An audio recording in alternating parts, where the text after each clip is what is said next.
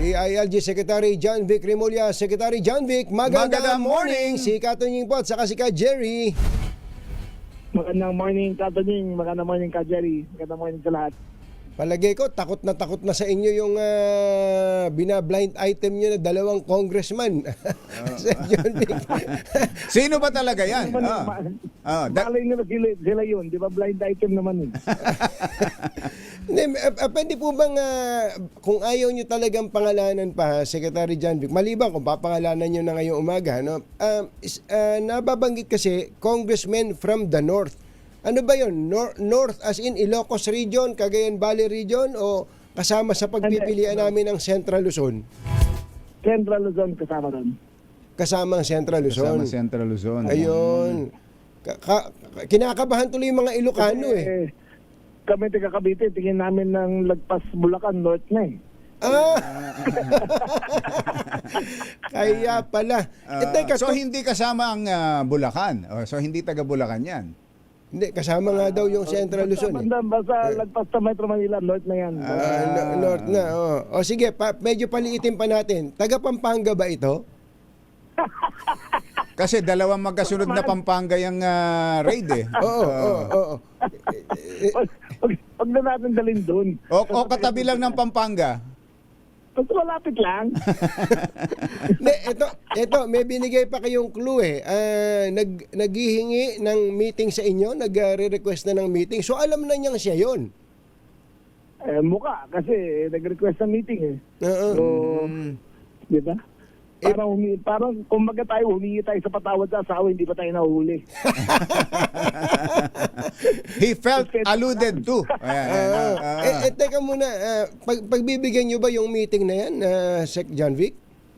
Wala naman pag-uusapan eh. Kasi wala pa naman hindi pa lumalabas yung mga AMLA report, hindi pa lumalabas yung mga corporate papers report, hindi pa lumalabas yung mga witnesses. Kaya may mga witnesses na, pero hindi pa conclusive eh. So, wala pa may pag-uusapan, di ba? Oo. Gaano po ba kalawak itong operasyon na to? Kahapon lang, meron kayong pinuntahan dyan sa San Fernando po yun, ano? Opo.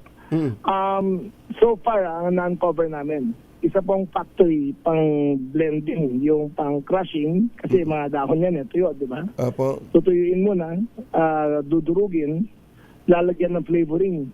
Yung mga menthol, kung ano man ng mga chemical nilalagay nila. Opo. Isang factory yun sa Pampanga, sa San Simon. 3 factory sa Mexico na tagdadalawang makina kada factory. May kasama sa dalawang makina yun, yung packing machine, sealing machine, rolling machine. Kasama yan. Kada makina, ginagawa niya 150 million pesos a day. Grabe. Amount pala, amount. Amount. Kala ko a day eh. So, kada yung 6 na makina na na-discover namin ay gumagawa ng 600 million pesos a month worth of cigarettes. Ganun. Doon pa lang yun. Isang kompa lang yun ha? Isang planta pa lang yun ha? Kung bibilangin mo yung 600, yung bibilangin mo yung 600,006 na yun, times 60 pesos in excise taxes. Mga 3.6 billion pesos a year ang nawawala sa Pilipinas. Pero pa lang sa kanila yun, sa isang factory pa lang yun, sa isang lugar pa lang. Saan ho nila kinukuha yung mga raw mats, Secretary? Parang imported siya eh. Parang smuggled siya through high seas. Dinadala dito sa mga private ports. Dumadaan sa BOC. Kami na-detect doon. So mga private ports yun dinadala. Tapos doon siya binibend.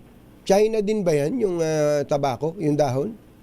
Hindi po namin alam. Nasa DNA test pa ng National Tobacco Administration. Pero yung operators ng makina, mga Chinese.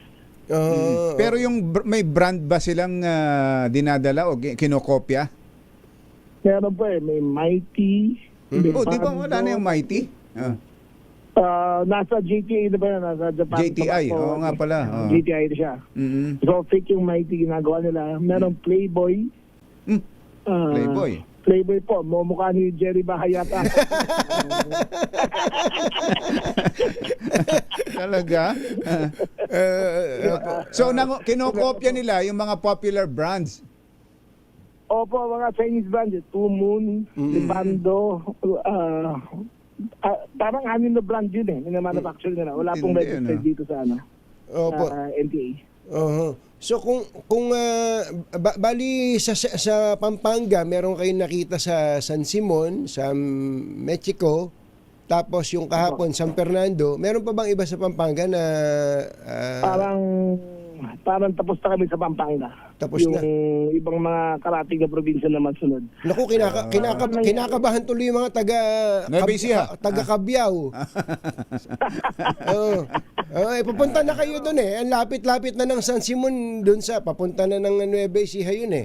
Meron din ba sa Nueva Ecija, Sec John Wick? Dito meron kaming suspecha na meron doon. Ang nangyari kasi dito, nung nahuli sa namin sila noong January 29, yung 4 na factory na yun, sabay-sabay nagsara.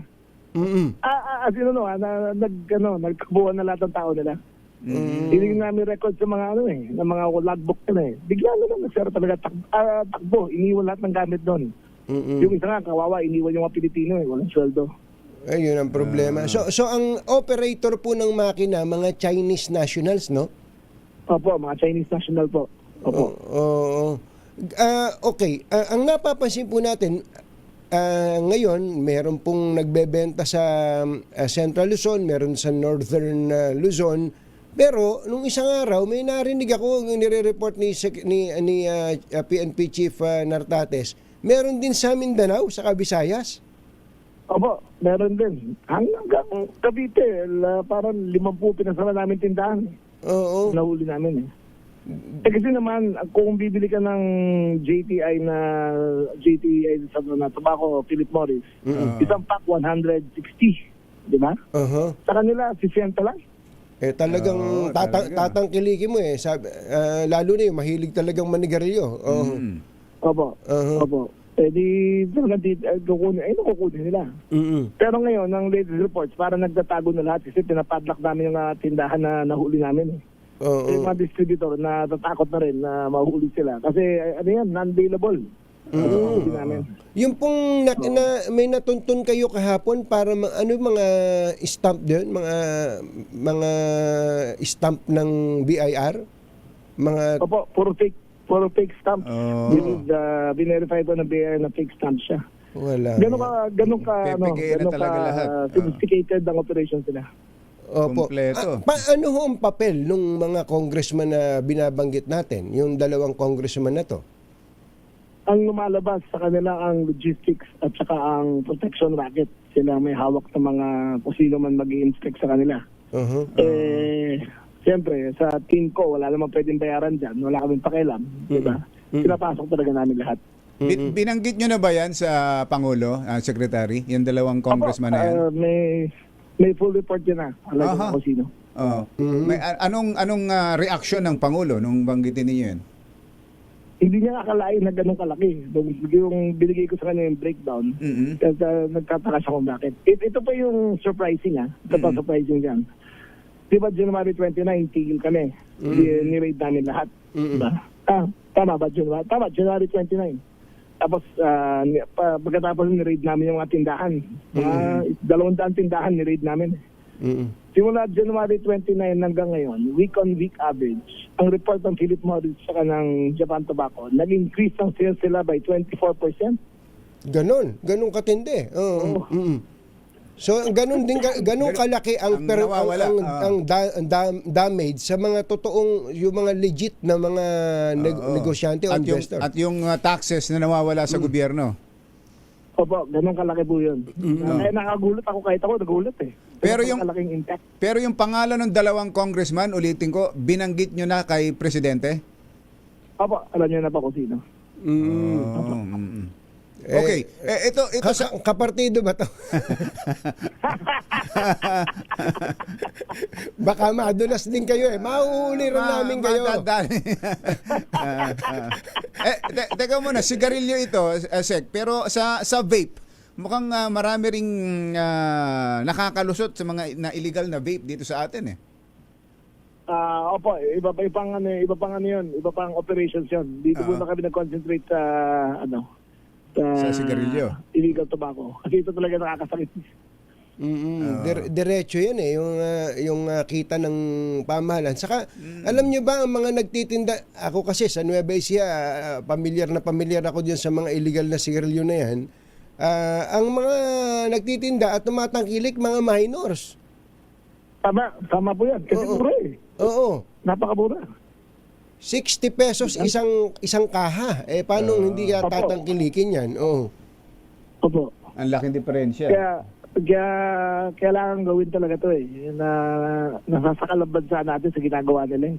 Alam niyo po, Secretary, hindi naman dahil sa kausap namin kayo. Kung hindi kayo barako, palagay ko, binuli din kayo nitong mga... Kasi may ideya na ako kung sino sila, ayaw nyo lang sabihin eh. Hindi naman sa Barako, mayaman lang. Hindi may nag-attempt ba sila na kayo ay Sek, ayusin na lang natin to.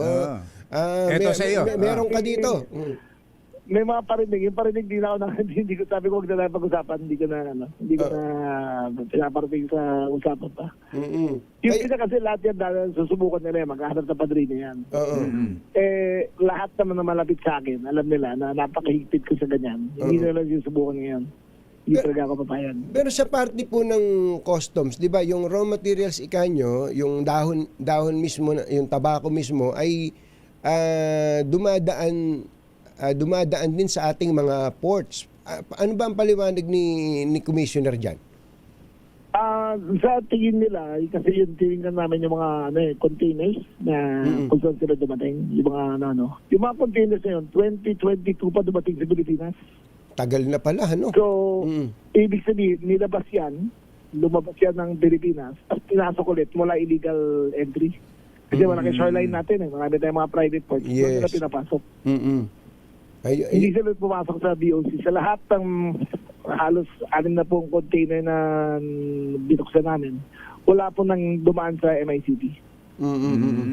Secretary, maiba lang kami, no? Magsusumbong na rin po kami sa inyo. May mga report po sa amin, mga mayor, mga congressman, na laman na naman ng mga kasino. Ano bang, yung congressman siguro, baka wala pa kayong magawa doon dahil sa policy, hindi nyo sakop yun. Pero yung mga mayor po, ano bang pwedeng gawin sa mga iyan? Papadala ko sa inyo ibang video. Ang weakness kasi ng sistema natin, wala tayong national ID. Dati ko pang binabat yan. Kasi yung national ID, hindi mo ma-fake yan eh. Dry seal siya, iba-ibang security features. Ngayon kasi, kahit sino, pwede kumuha ng fake ID, fake lisensya, katulad nila Bryce Hernandez, diba, nila Alcantara, iba-ibang lisensya pinapakita nila. Hindi foolproof ang sistema natin eh. So kung magkaroon tayo ng national ID, hindi na makakapasok yung mga yan sa mga kasino. Pero yung may mga specific reports, halimbawa po, kami naman dito ni Combachero, may mga natatanggap din kami, mga video pa identified po yung mayor. Ano ba ang pwede nyo bang parang motu proprio mag-investigate kayo dyan? Opo, pwede po. Padali lang sa akin yung video po. Ako bahala. Ako ang nagawa ng investigation. Oo, kasi... Ako lalo matutuwa mga congressman sa akin.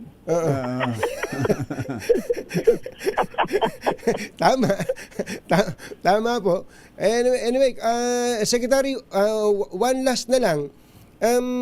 Ito pong report na mayroon ng warrant of arrest kay Senator Bato, sabi nyo hindi nyo pa nakikita. Pero ngayon, nadagdagan na naman ng impormasyon ng ICC, may binanggit pang ibang mga pangalan. Ano po ba ang instruction sa inyo ng Presidente insofar as this new ICC report is concerned? Ang lumalabas kasi, they were named co-conspirators. Pero wala pa silang ini-issue na warrant of arrest. So, iintayin natin kung anong form ng warrant, anong wording ng warrant, saan nila idadaan, anong state. Hindi natin pa alam eh. So, we will keep the 8 co-accused at bay. Kung ano sila. Pero, iintayin na lang natin kung ano yung palabas ng ICC. Pero as of now, wala talaga. One step closer, yung sinabi nilang may na co-accused co-conspirator, pero wala pa silang sabi na to be indicted.